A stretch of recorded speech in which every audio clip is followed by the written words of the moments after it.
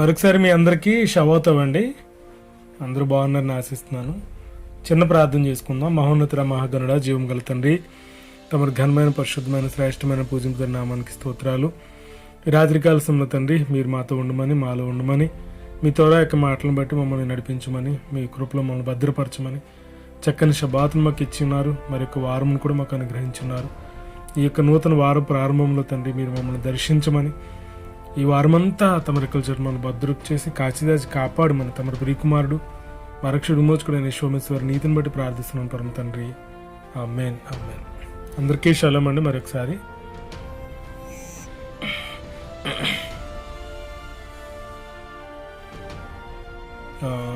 మనము మరి ఈ షబ్బాత్లో మనం చూసినటువంటి భాగము పరషా వయరాలో మనము చాలా విషయాలు నేర్చుకున్నామండి. అయితే మీరు ఇదివరకే విన్న వర్తమానం అయ్యి ఉండొచ్చు మేబీ, కానీ నాకు తెలిసిన 2 విషయాలు మీకు చెప్పాలని ఆశపడుతున్నాను. కాబట్టి ఈ యొక్క పరషా వయరా అనే భాగంలో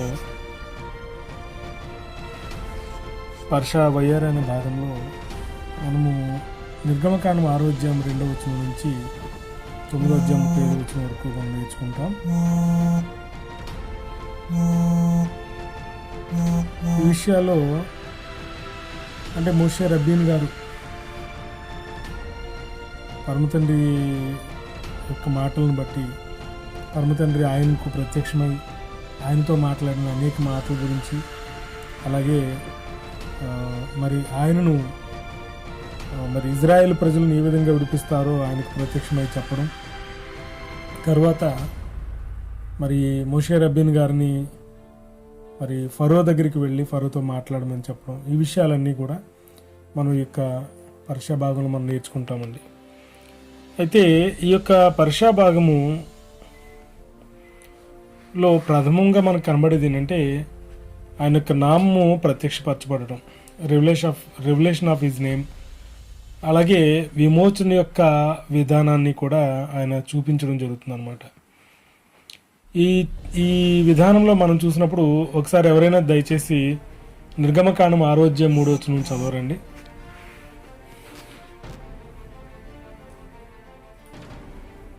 నిర్గమకాండం 6వ అధ్యాయము 3వ వచనం అండి.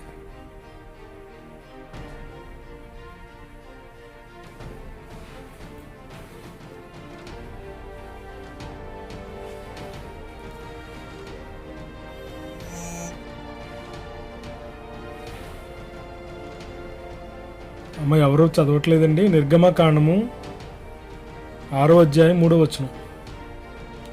నిర్గమకాండము 6వ అధ్యాయం 3వ వచనం ఎవరు చదవరండి?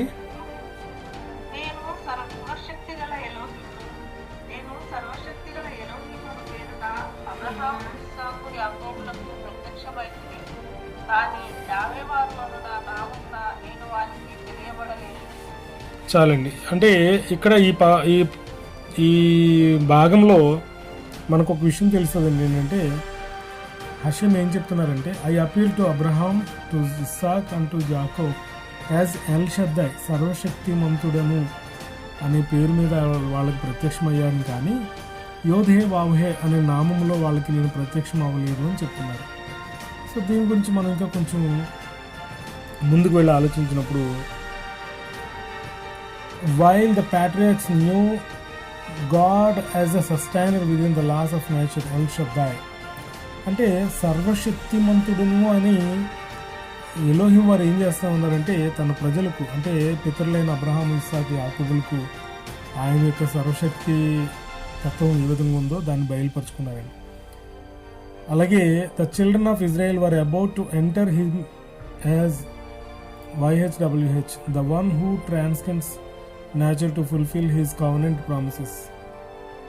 అంటే ఇక్కడ ఆయన యొక్క ప్రత్యక్షత, ఆయన నామము ఏ విధంగా ప్రత్యక్షపరచబడుతుందో ఇశ్రాయేల్ ప్రజలకు అనే దాని గురించి వివరిస్తూ, దాని తర్వాత ఏం చెప్తున్నారు అంటే రిడెంప్షన్ అంటే విమోచన, లేదంటే ఈ యొక్క హిబ్రూలో దాన్ని ఏమంటారండి, గెవులా అని పిలుస్తారనమాట. సో ఈ గెవుల అంటే ఈ విమోచన అనేది ఏ విధంగా వస్తుంది అని అంటే ఆయన యొక్క నామానికి ఈ యొక్క విమోచనకును ఒక గొప్ప సాదృశ్యం ఉంటుంది అనమాట, గొప్ప లింక్ ఉంటుంది అనమాట. సో ఇక్కడ అబ్రహాము, ఇస్సాకు, యాకోబులైన మన పితరులతో ఆయన ఏ విధంగా ప్రత్యక్షమయ్యారంటే సర్వశక్తిమంతుడును అనే పేరుతో ప్రత్యక్షమయ్యారండి. కానీ యోధిహే వావహే అనే నామం వాళ్ళకి ప్రత్యక్షపరచబడలేదు. ఎప్పుడైతే ఇశ్రాయేల్ ప్రజలందరూ కూడా ఐగుప్తు దేశంలో బానిసలుగా ఉండి వారందరూ విమోచన కోసం ఎదురు చూస్తూ ఉన్నారో అప్పుడు మాత్రమే ఏమైందంటే ఆయన యొక్క నామము యోధ్హే వావ్హే అనే నామము ప్రత్యక్షమయ్యింది. దానితో పాటు వారికి విమోచన కూడా అందుబాటులోకి వచ్చిందనే విషయాన్ని మనం గ్రహించాలన్నమాట. ఇది విమోచన అనేది నిజానికి మనం చూస్తే నిర్గమకాండం 6వ అధ్యాయం 6-7 వచనాల్లో చూస్తే హషేం మనకి ఏం చేస్తూ ఉన్నారంటే 4 దశల్లో విమోచన అనే దాన్ని కలుగు చేస్తూ ఉన్నారండి. 4 దశలు. అదే అందుకనే మనం పస్కాలో కూడా ఏం చేస్తామంటే 4 కప్పుల ద్రాక్ష రసాన్ని మనం తీసుకుంటాం అన్నమాట. ఈ 4 దశల్లో ఉన్నటువంటి యొక్క విమోచన గురించి మనం చూస్తే హీబ్రూలో చూస్తే కనుక మరి ఒకసారి ఎవరైనా చదువుతారండి నిర్గమకాండం 6వ అధ్యాయం 6-7 వచనాలు.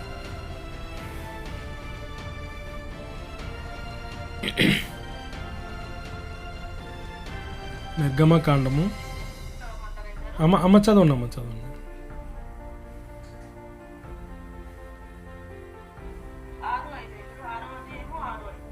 6వ వచనం 7వ వచనం అండి.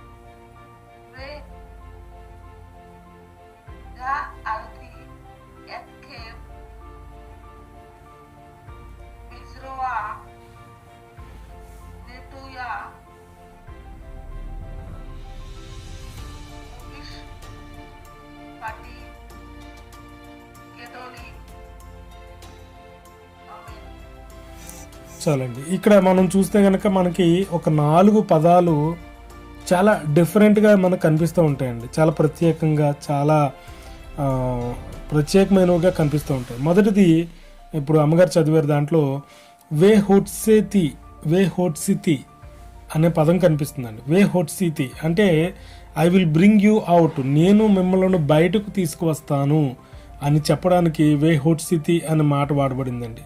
తర్వాత పదం ఏమిటంటే వే హిట్సాల్తీ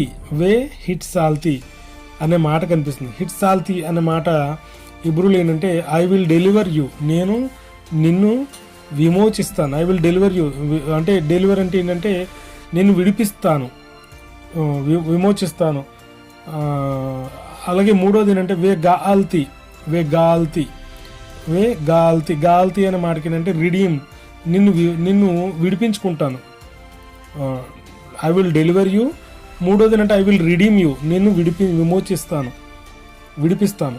నాలుగోది ఏంటంటే వే లఖాక్తి అనే మాటకి ఏంటంటే I will take you to me for a people, నేను నా కోసం మిమ్మల్ని ఒక ప్రజలుగా చేసుకుంటాను అని చెప్పినటువంటి ఈ 4 దశల్లో ఉన్నటువంటి ఈ విమోచన గురించి ఈ 4 మాటలు వాడబడిందండి.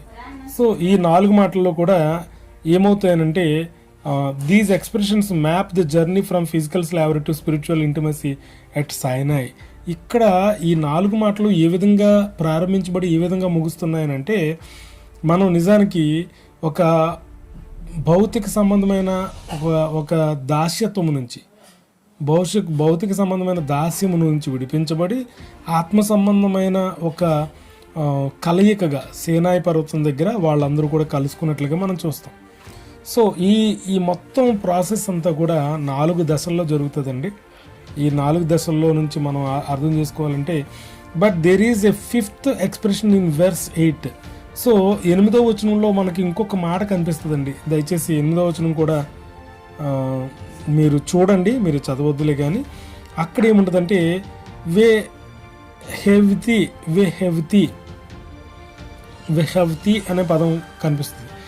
దాని అర్థం ఏంటంటే I will bring you in to the land. అంటే 8వ వచనంకి వచ్చేసరికి 5వ ఎక్స్ప్రెషన్ మనకు కనిపిస్తుంది. ఏంటంటే ఈ యొక్క నేను మిమ్మలను ఆ యొక్క దేశంలోనికి, వాగ్దాన దేశంలోనికి తీసుకువెళ్తానని మాట్లాడినట్లుగా చూస్తారు. This points to the final గెవులా.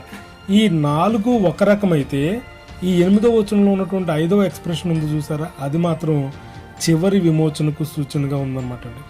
అంటే ఇది చివరి విమోచన ఎలాగుంటుందని అంటే, సో ఈ ultimate restoration of the kingdom under Mashiach where the exile is fully ended.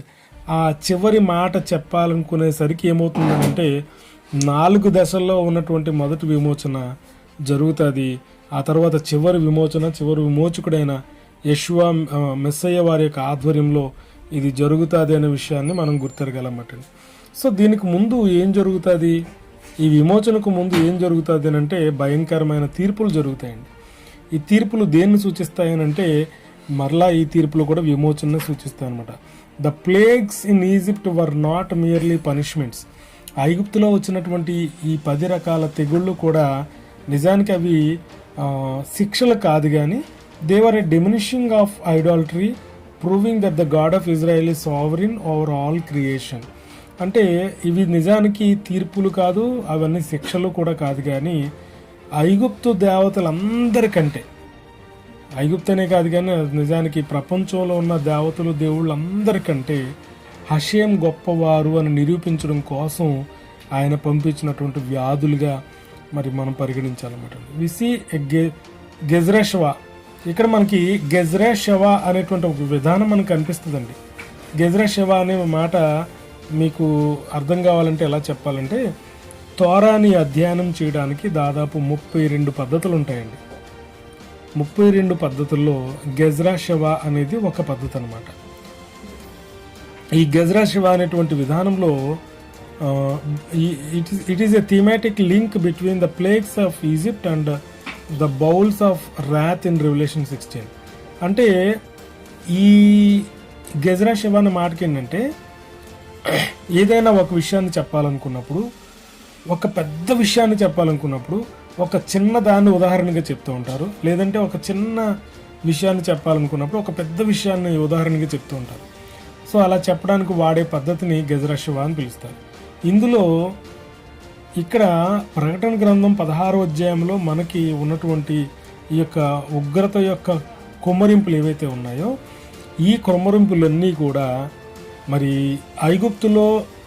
ఐగుప్తీయుల మధ్యన జరిగినటువంటి ఈ తీర్పులనే కొమ్మరింపులుగా మనం చూడాలన్నమాట అండి. కాబట్టి ఐగుప్తులో జరిగినవన్నీ కూడా మరలా ప్రకటన గ్రంథంలో చివరి దినాల్లో మరలా జరుగుతుందని ప్రకటన గ్రంథం 16వ అధ్యాయంలో మరలా రాయబడిందండి. అంటే just as Aaron stretched out his hand over the waters turning them to blood and hail fell from the heavens in Egypt, so to in the acharit హయమీ.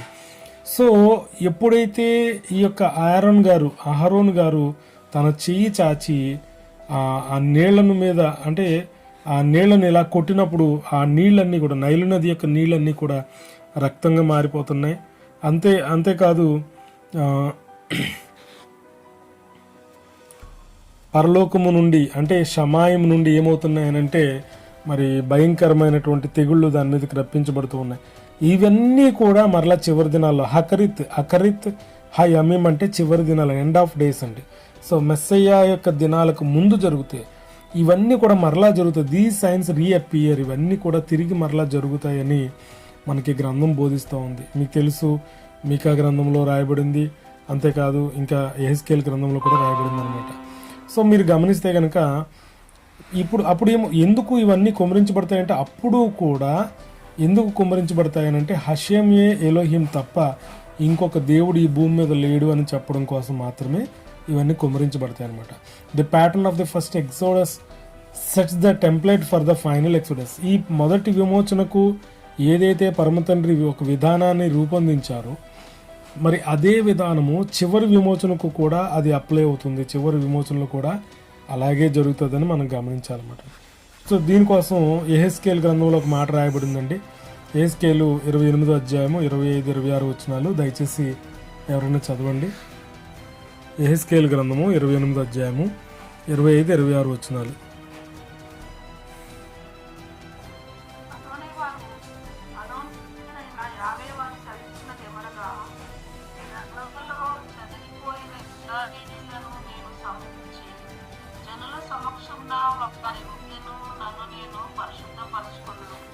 అప్పుడు నా సేవకుడైన యాకోబు వారికి నేను ఇచ్చిన తమ దేశంలో వారు నివసించెదరు.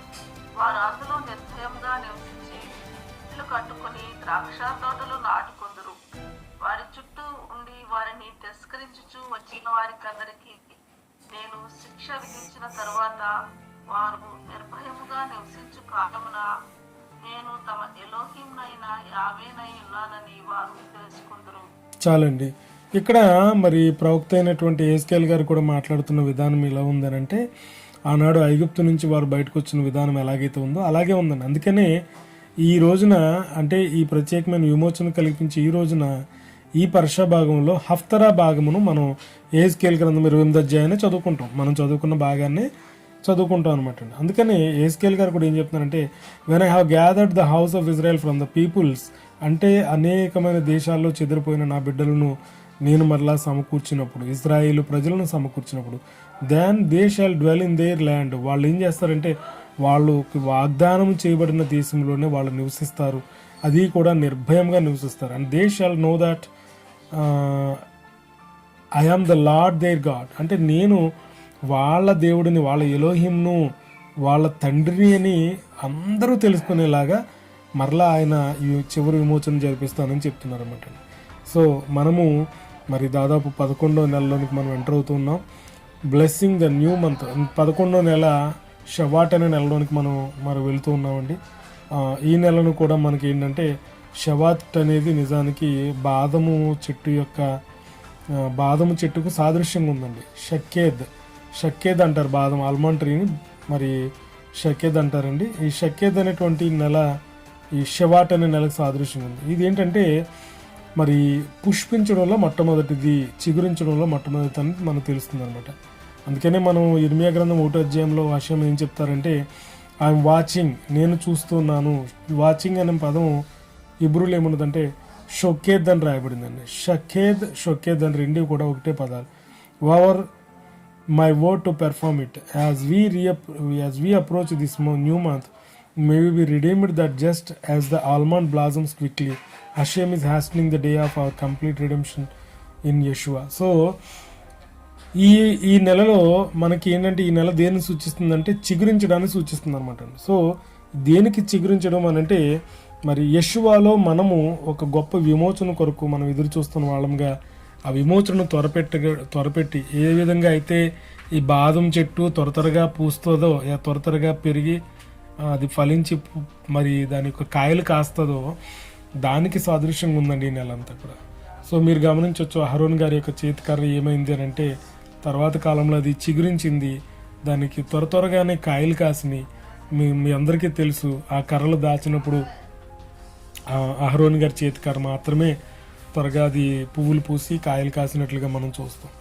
సో ఈ యొక్క విమోచన అనే దాన్ని మనం ఈ యొక్క పాఠంలో బాగా చాలా త్వరగా మనం చూసినట్లుగా చూస్తామండి. సో ఈ విమోచన గురించి ఇంకా నేను కొన్ని మాటలు మీకు చెప్పాలని ఆశపడుతున్నాను. మరి మనం చూసినట్లయితే కనుక ఈ డిఎన్ఏ ఆఫ్ రిడెంప్షన్, అంటే ఈ విమోచన యొక్క డిఎన్ఏ ఏ విధంగా ఉంటుందో మనం చూడొచ్చు అనమాట.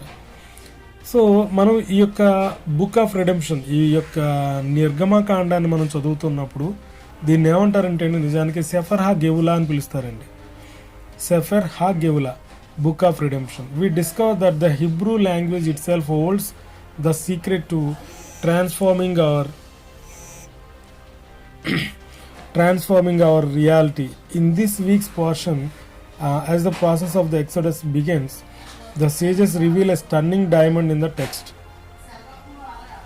So, ఈ విమోచన పుస్తకంలో మనం జాగ్రత్తగా చూస్తూ ఉన్నప్పుడు కొన్ని హీబ్రూ భాషలో మనకి కొన్ని విషయాలు, మనకి చాలా సీక్రెట్ విషయాలు మనకు అర్థమవుతాయండి.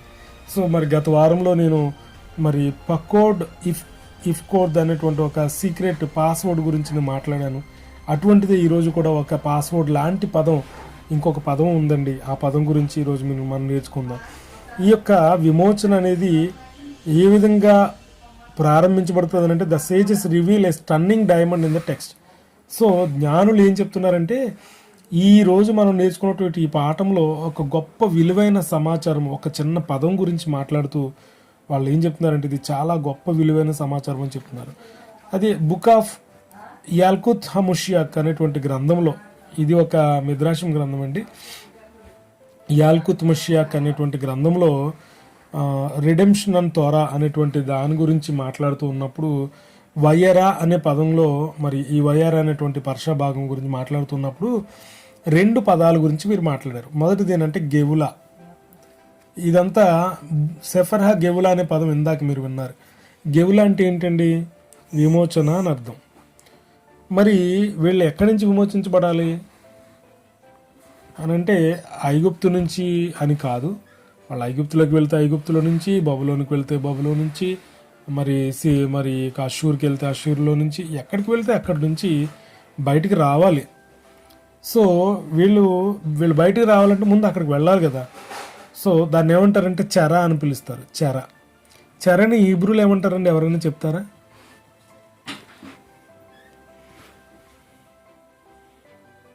చెరని హిబ్రూలు ఏమంటారండి అమ్మా?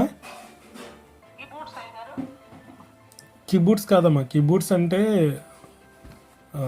సహవాసం కలిగి ఉండడం అనమాట.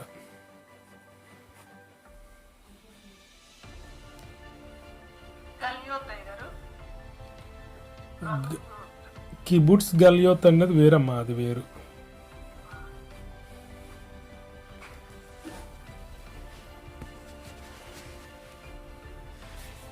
అదే మీరు ఇంచుమించు బాగానే చెప్పారు. కిబుట్స్ గలియోత్ అనేది ఒక ప్రార్థన ఉంటుంది. అమిద ప్రార్థనలో చేసే ప్రార్థన, చెర నుండి మమ్మల్ని విడుదల దయచేయండి అని మనం చేసే ప్రార్థన.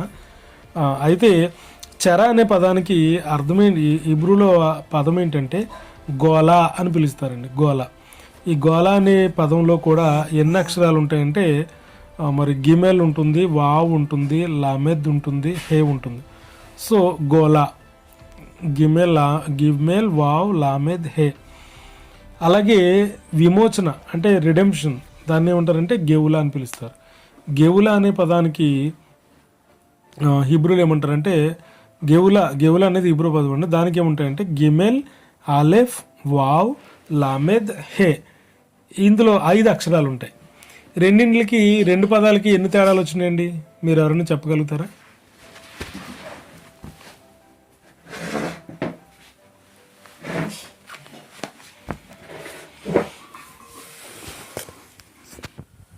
ఒకే ఒక తేడా ఉందండి.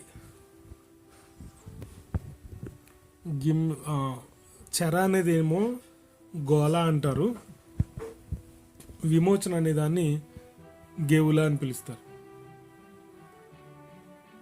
ఈ గోలాకి గెవులాకి మధ్యలో 2 కూడా ఒకే పదము, కాకపోతే మధ్యలో ఆలెఫ్ అనేది ఒకటి ఉంటుంది అనమాట. సో గెవులా అనే దాంట్లో ఆలెఫ్ అని ఉంటుందండి, గోలా అనే దాంట్లో ఆలెఫ్ ఉండదు, అంతే. అయితే దీని నుంచి మనం ఏం నేర్చుకోవచ్చు? Visually and linguistically there is only one difference, the letter aleph. So ఒక్క ఆలెఫ్ అనే అక్షరం తప్ప ఇంకేమీ డిఫరెన్స్ ఉండదండి. అయితే దీని గురించి రబ్బీలు ఏం చెప్తున్నారంటే ఇక్కడ ఒక మాట చెప్తున్నారు. విహా హే ఫ్రెష్ బెయిన్ గోలా లే గెవులా హూ హా ఆలెఫ్ షెమురా అల్ అలుఫో షేల్ వొలాం. The difference is the aleph which represents the alufo shale olam. So ఈ డిఫరెన్స్ ఏమిటి అని అంటే ఆలెఫ్ అనే అక్షరం అని చెప్తూ దాన్ని ఏమని పేరు పెట్టారంటే అలుఫో షేల్ వొలాం అని పిలిచారండి. అలుఫో షేల్ వొలాం అంటే దాని అర్థం ఏంటంటే the master of the universe, ఈ విశ్వానికి యజమానుడు లేదా ప్రభువు అని అర్థం అనమాట. సో ఈ అలెఫ్ దేనిని సూచిస్తుంది అని అంటే హషేమును సూచిస్తుందండి, పరమతండ్రిని సూచిస్తుంది అనమాట. సో గెవులా అంటే చెరకు వెళ్ళినప్పుడు ఏమవుతుందనంటే అలెఫ్ లేదు, కానీ చెర నుంచి విడుదల వచ్చినప్పుడు, విమోచించబడినప్పుడు మాత్రం ఖచ్చితంగా అలెఫ్ అనే అక్షరం ఉంటుంది అనమాట. We often think that the redemption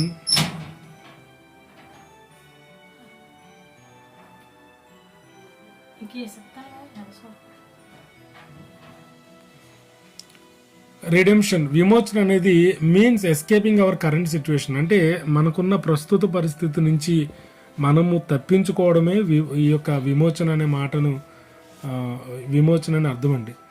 running away from the గోలా అంటే గోలా అంటే చెర నుంచి మనం తప్పించబడమే ఈ యొక్క గెవులా అనే అర్థం అండి.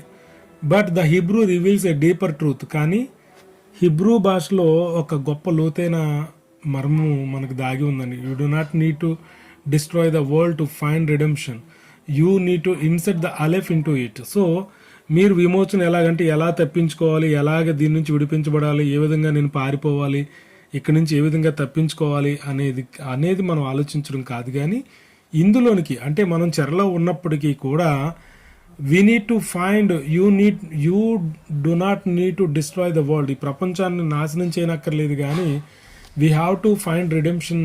You need to INCET the aleph in to it. మనం ఏం చేయాలంటే అలెఫ్ అనే అక్షరాన్ని ఈ గోల అంటే చెర అనేటువంటి అక్షరంలో అలెఫ్ అనే అక్షరాన్ని ఎలా పెట్టాలి అనేది మాత్రమే ఆలోచించాలండి.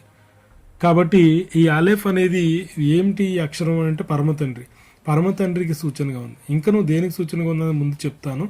వెన్ వి టేక్ అవర్ గోలా అంటే మన చెరను మనం తీసుకొస్తున్నప్పుడు దాని అర్థం ఏంటంటే మనము అప్పుల్లో ఉన్నాము అని, లేదంటే మనం ఏదో ఒక భయంలో ఉన్నామని, లేదంటే మనం ఏదైనా ఇబ్బందుల్లో ఉన్నాము అని మనం అనుకుంటున్నప్పుడు మనం ఏం చేయాలి అంటే అటువంటి ఈ పరిస్థితి నుంచి మనం విడిపించబడడం కోసం అలెఫ్ అనే అక్షరం కోసం ఆలోచన చేయాలండి. ఎప్పుడైతే అలెఫ్ అనే అక్షరాన్ని ఈ ప్రపంచంలో అంటే మనం ఏ ఇబ్బందుల్లో అయితే ఉన్నామో, ఏ ఇరుకుల్లో అయితే ఉన్నామో, ఏ శ్రమలైతే పడుతూ ఉన్నామో, ఏ భయాల మధ్య మనం బ్రతుకుతూ ఉన్నామో వాటి మధ్యలోనికి ఏం చేయాలంటే మనం అలెఫ్ అనే అక్షరాన్ని తీసుకురావాలన్నమాట.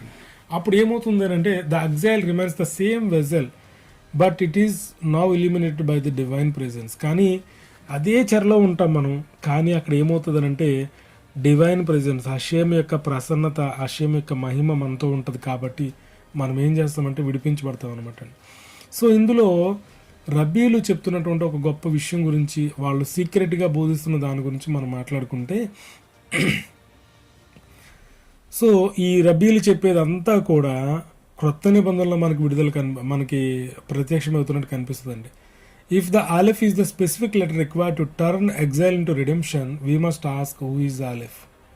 ఒకవేళ కనుక అలెఫ్ అనే అక్షరమే కనుక మన జీవితంలో మరి చెర నుంచి విమోచన కలుగజేస్తే ఈ అలెఫ్ అనే అక్షరం అంటే ఏంటో మనం తెలుసుకోవాలన్నమాట. అంటే ఈ అక్షరం ఎవరిని సూచిస్తుంది, దేన్ని సూచిస్తుంది అనేది తెలుసుకోవాలి. మనకి ప్రకటన గ్రంథంలో యెషోవా వారు ఒక మాట చెప్పారండి. ప్రకటన గ్రంథం 22వ అధ్యాయము 13వ వచనం, దయచేసి ఎవరైనా చదవండి.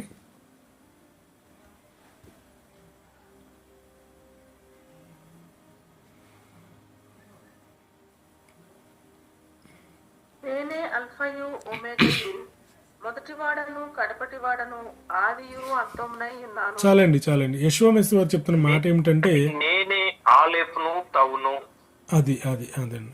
సో గ్రీక్లో ఏముందంటే I am the alpha and omega అని రాశారు. కానీ హిబ్రూలో ఏముంటుందంటే ఐఆమ్ అలెఫ్ అండ్ తావ్, అంటే అని హా అలెఫ్ వే హా తావ్ అని రాయబడిందండి. సో ఈ మాటను బట్టి ఇక్కడ అలెఫ్ లేదంటే ఆ ఆల్ఫా అనేది ఏవైతే ఉందో అది ఆలెఫ్ అనే పదాన్ని సూచిస్తూ ఉంది. ఈ మాటను బట్టి ఈ ఆలెఫ్ ఎవరు చెప్పండి? ఇప్పుడు యెషువాయే ఆ అలెఫ్ అనమాట. అందుకనే యెషువాను అంటే నేను యెషువాను దేవుడని చెప్పట్లేదండి, జాగ్రత్తగా గమనించండి. అయితే అలెఫ్ అనే పదము ఖచ్చితంగా హషేమ్నే సూచిస్తుంది. కానీ అలూఫ్ అనేటువంటి ఇంకో పదం ఉంది. ఈ అలూఫ్ అనే పదానికి అర్థం ఏంటంటే ఛాంపియన్ లేదా విజేత అని అర్థం. ఈ విజేత ఎవరికి అని అంటే హషేమ్కు సూచిస్తుంది. రెండవది మెషియాకు కూడా అలూఫ్ అని పిలుస్తారండి, మెషియాని కూడా, అంటే ఛాంపియన్, విజేతగా మరి రబ్బినికల్ యొక్క లిటరేచర్లో కనిపిస్తుంది అనమాట. కాబట్టి ఇక్కడ అలెఫ్ అనే అక్షరం గురించి యెషోవా మాట్లాడుతూ నేనే అలెఫ్ని అని బోధిస్తూ ఉన్నారు, ఆయన చెప్తూ ఉన్నారు. సో మెస్సియానిక్ ఇన్సైట్స్ ప్రకారంగా యెషోవా ఏమవుతారనంటే మనకి ఒక అలెఫ్గా కనిపిస్తూ ఉన్నారనమాట.